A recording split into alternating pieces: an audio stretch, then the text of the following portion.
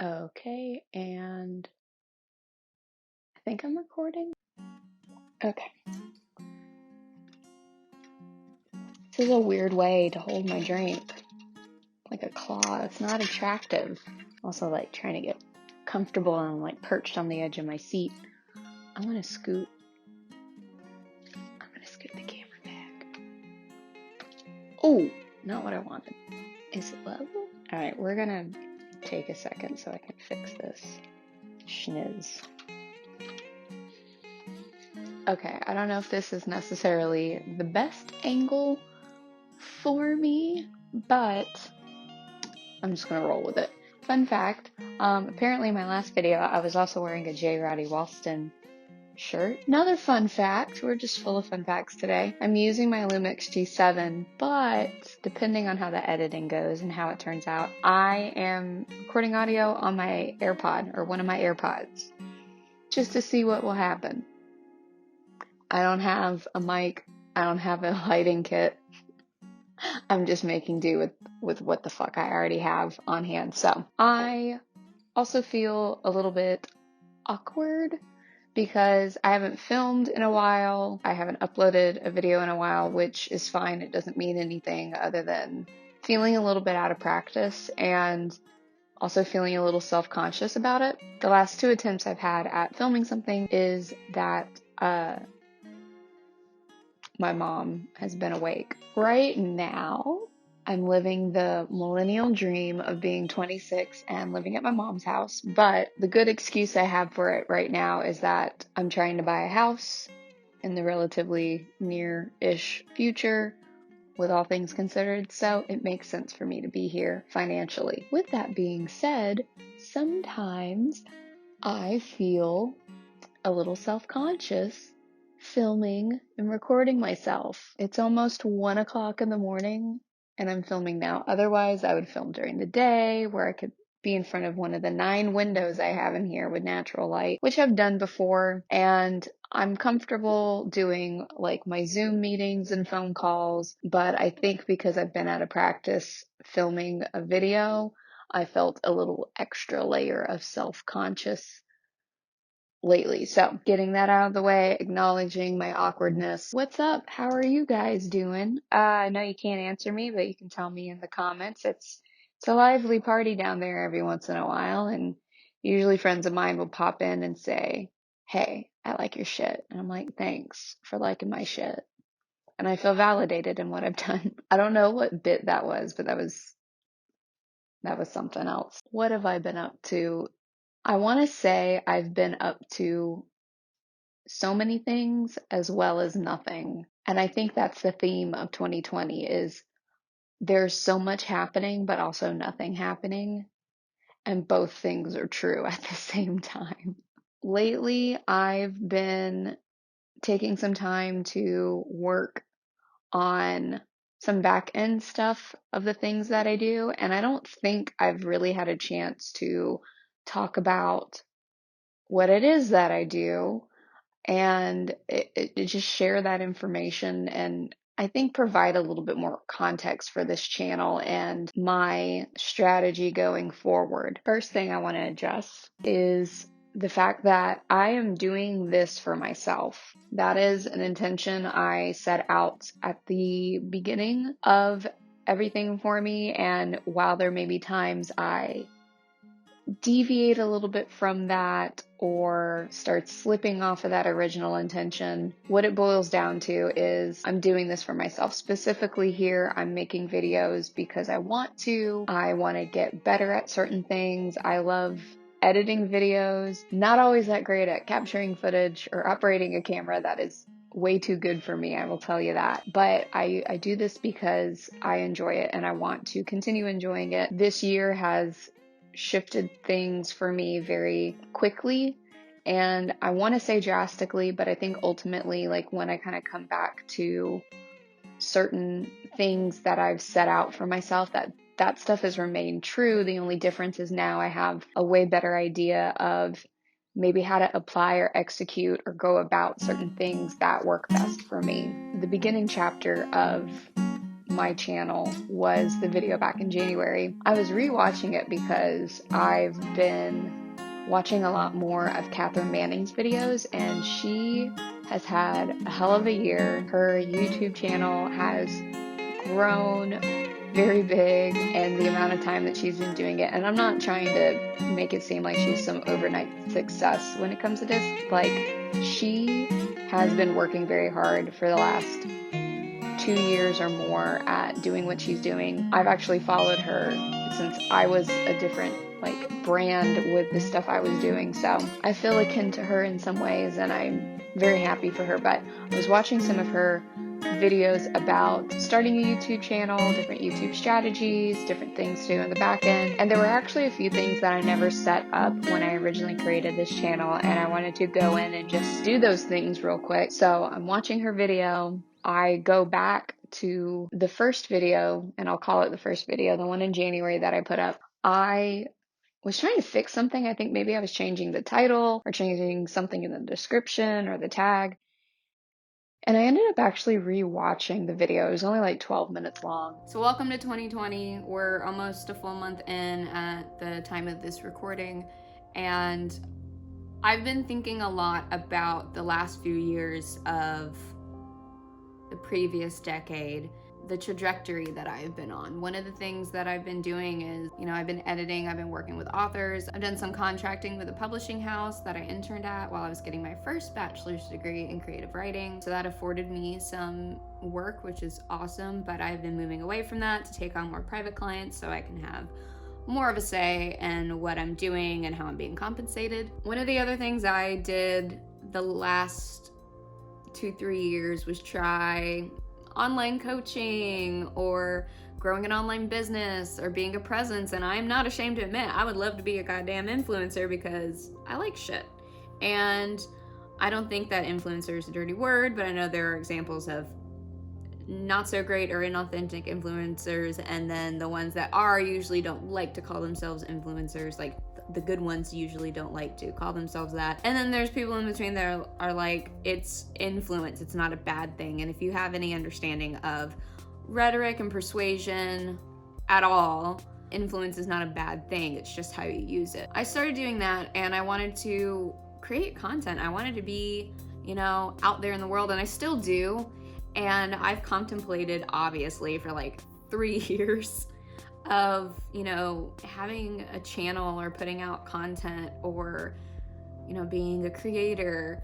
And I really like those ideas, but at the same time, I'm not trying to chase after some white rabbit of this is gonna make everything good, it's gonna be a success right off the bat. Like, I absolutely know that. And I don't even think that for me, success is being someone so recognizable or being, millions of views or even hundreds of thousands of views. Like, I don't care.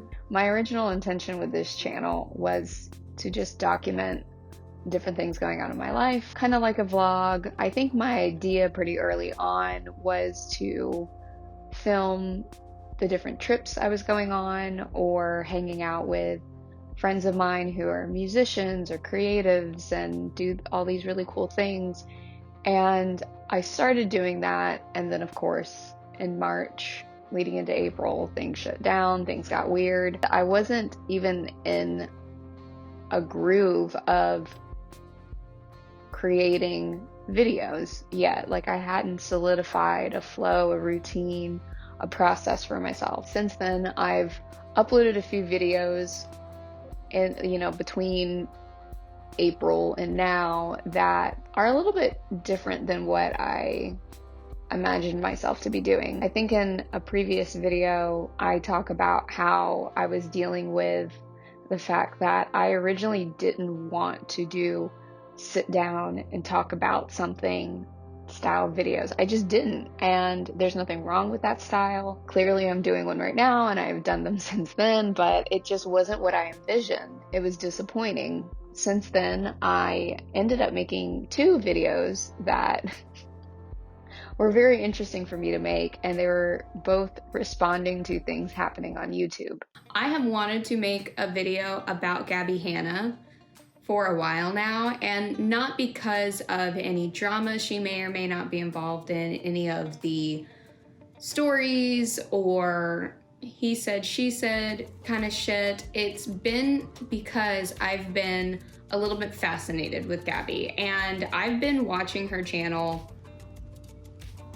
probably about a little over a year now. I've known who she was for quite some time. I am feeling feelings. Yeah, so Jenna, also known as Jenna Marbles, just uploaded her video that is possibly gonna be her last video, at least from the sounds of it, for quite some time.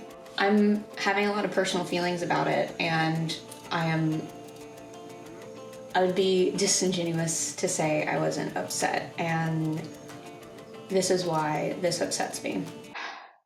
And those videos are doing well, like organically well, much better than my other ones, which is fine. I also have the understanding that it's not necessarily like about me as a person or me as a creator, but like if you want to grow or be searchable or to be found and to attract organic traffic as well as rank and be suggested in certain places, like you want to think of yourself as the result from a Google search or the result from a YouTube search or even a Pinterest search. And so when I talked about Gabby Hanna and when I talked about Jenna Marbles, those videos did pretty okay comparatively to my other stuff. So I'm like, all right, I get it, cool. I didn't even like talk a lot about the drama or things that other people are talking about. What I brought in was my background in social media communication and this subject about parasocial phenomena that I've studied and I'm still studying, and there's not a ton of literature out about it, which makes it easier for me to read about, but I want more people to be talking about it. That's one side of everything. I think watching some of Catherine's videos about YouTube strategies or tips and things to think about when you want to grow a channel. Also watching what I consider my first video, I had to kind of like sit back and think about whether or not my original intentions remain true to how I feel about stuff now. I do still want to be documenting in a way what's going on with me, what's going on in my life, what's going on with the things I think about, what I'm learning about, what I'm creating. And I had to kind of pivot my mindset around that a little bit and be like, even though I'm not out and about in the world, I'm not traveling the way I wanted to, which is non-existent right now. I'm not doing things that I envisioned doing this year, and that's okay. All things considered, I do still have other stuff happening in my life, which is leading into the other stuff that I want to talk about, which is this year in the midst of a pandemic, I got an LLC. I have a business. It's something that I'm working on being more vocal about, because I think I forget to talk about things sometimes, even to like my friends. And that's really where my energy and attention has been this last month, between the last video and this one right now, is working on the back end of some of those things and clarifying what my plan and strategy in the short term, a little bit down the line, and then way off into the future. I hit myself with the spoon. The monitor's a little bit a ways from me, so I really hope I'm focused. I swear I have autofocus on, but sometimes it can be a little bit finicky. Where was I? I have an LLC. I have a business. I'm going to try and do the short version of this. I've had the idea to form a business entity for some time. It took a few months of playing with ideas and talking to friends and taking notes on my phone at 3 a.m. to formulate the idea and flesh it out. And even since I've gotten the LLC, I've been working on fleshing more things out. And one reason it was really challenging for me is, it's also the thing that makes what I do unique. On one hand, we have the name itself, Gigcraft, which I hope I put it on the screen somewhere here. It's a combination of the word gig and craft, working a bunch of gigs, it being a part of your craft or skill in your career. Put it together, sounds a little bit witchy. Great, I call it I do gigcraft. Had a friend point out to me, I work with a bunch of I had to swallow it, it was really weird. I had a friend point out to me that I work with a bunch of different media. I've been a book editor, I've been a writing coach, I do the video editing, I've mentioned it before, worked with social media, and she's like, I think this is like just a thing you do. And I'm like, oh, okay, cool. Punk rock kind of media company or agency. Close enough. Let's go for it. Another reason I got the LLC was for tax purposes and to set myself up for when I do expand and scale and want to hire on a contractor or hire on a freelancer. I can do the best job possible at taking care of them without having a payroll. I've done it enough where I'm like, I think this is going to be the best way to go about it. Found an amazing accountant. I hands down manifested this person, and it's the best. So if you don't have an accountant, find one. Even if you are a freelancer, you should definitely have an accountant, and look for one that's going to understand your line of work. I have a brand name. I have this funky thing that I call my work. I have the LLC. What the hell am I doing with it? I think the easiest way to explain this is to explain the structure of my business. I have a 3-part vision for Gigcraft Media. The first part is one-on-one work with clients. Some of that is going to be and has been working with other businesses or other entrepreneurs, providing some sort of service. And that usually falls in line with social media management and content creation, video editing, even book editing, just one-on-one work, as well as working with other creators to kind of find their voice and express their own vision through the content and the art and the work that they're putting out there, and feeling good about it. Second part of the vision, and this is where it gets a little bit more ambitious, honestly. Honestly, this is where I feel a little bit like, ooh, who am I to want this thing and to say this thing? I want Gigcraft to be not only a resource and a community for other creators, I want the word Gigcraft to be something other people can use to describe their work. I know. It's pretty fucking ballsy of me. I think so. And we're only like in the middle of the vision for this thing. So anyway, the big long-term vision, the legacy that I want Gigcraft Media to be is to grow into a new media production house and creator agency. What that means and looks like, I will figure it out. But I know that I want to not only produce and direct and create original projects and content, I want to fund and produce other people's stuff as well. I want to find the coolest people I vibe with, the messages that I can get behind, the things that I can see that are just going to do nothing but put good in the world. I want to be a part of making that happen. I want to be the person to bring the people together and finish it from beginning to end, see it all the way through. Essentially, I want to be a media mogul in a very, very, very, very, very punk rock kind of way. I don't know if anyone else experiences this problem, but I normally part my hair down the middle. Like, that's how I've been styling my hair for a few years now, minus the year and a half I was growing out a pixie cut because there was a lot I could do with that. But my preference is right down the middle. However, when I was in high school, I parted my hair to the side, to the left, right? The reason I'm having a little trouble right now and my scalp hurts right here is I've been parting it down the middle. Today, I actually parted it to the right to try something different because I'm open to that. I'm an adult. I can try new things, shake it up, whatever's going to keep me from cutting off my hair again or dyeing it at home. Some point of the day, like, I flipped my hair over and then I flipped it again, and then I completely forgot which direction I normally part it if I part it to the side. Like, I could not remember for the life of me, and now, again, my scalp just hurts right here from changing direction, and I'm spacing again as to what direction I normally part it to the side, because there's no way in hell I'm going to part it down the middle right now without a fucking comb. I can already tell you, when I go to edit this, I'm going to have feelings about my hair, which is unavoidable. no matter what. But I'm also going to have feelings about the AirPod. If I don't end up using the audio that I'm recording on this, in this video, I'm going to have a lot of feelings about that. But I'm learning. I'm trying something different because I don't have a mic right now. I will get a mic eventually. I went from being someone who was fairly skeptical of social media being a legitimate career, a legitimate means of doing something. Specifically, it started with being really, really, really skeptical that being a social media manager was a legitimate job. Apparently it is. I learned that years ago. But since then, I've grown to be a huge advocate of social media. And part of it is YouTube. And part of it is stuff we already do and we already talk about. And I have so many thoughts.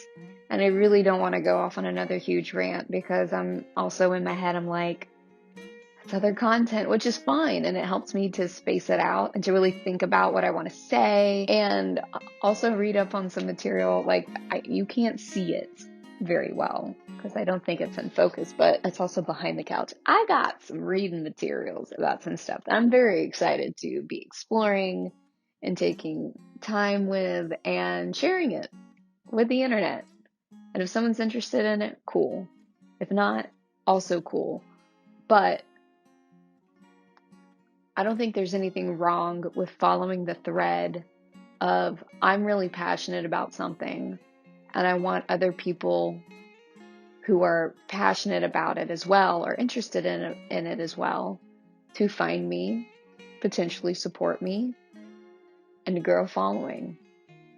Those two things are not unrelated, and I believe they can exist in the same space. I think a lot of people, including myself, mostly myself, I will use myself as an example, has had a little bit of a conundrum when it comes to passion projects or hobbies, skills, activities, subjects that we love, and how we make money. The good news is if, depending on when and where you're watching this, right now I'm not making any money from this specifically, but I think it's possible for those two things to exist and to exist in an authentic way. And that's really, I think, the thing behind everything that I'm doing with the channel, with Gigcraft, is I'm really hell-bent on only doing what I love as my means of income, as my means of living, as my job, if you want to call it a job. I'm hell-bent on that. I believe it is possible. I want other people to know that too. And I'm just so hopeful and optimistic about where all of this is going to go. And just, I'm going to wrap it up because I can go on a whole last other tangent about this, but I think where I'll leave this is, and hopefully in the coming videos, I will continue to clarify and make more sense to you guys, but I believe we can make social media the best thing that's ever happened to us. But I think it's really important to understand our level of responsibility in the shaping and creation of social media. More importantly, need to remember, I think, first, to kind of give ourselves a little bit of a breather, is that what we know as social media right now has really only been around maybe 10 years. This is still new. We're all figuring this out. And some of us have grown up with it more closely than others. Some of us, we're a little bit older when it started to become more normal and whatever, if you want to call it normal. But we are all still so new at this. So of course there's going to be growing pains. Of course there's going to be things that we're going to look at and be embarrassed by collectively and individually. So I'm out here because I want to be out here, because I think it could be really cool and a really great space if we not only allow it, but make sure that it is.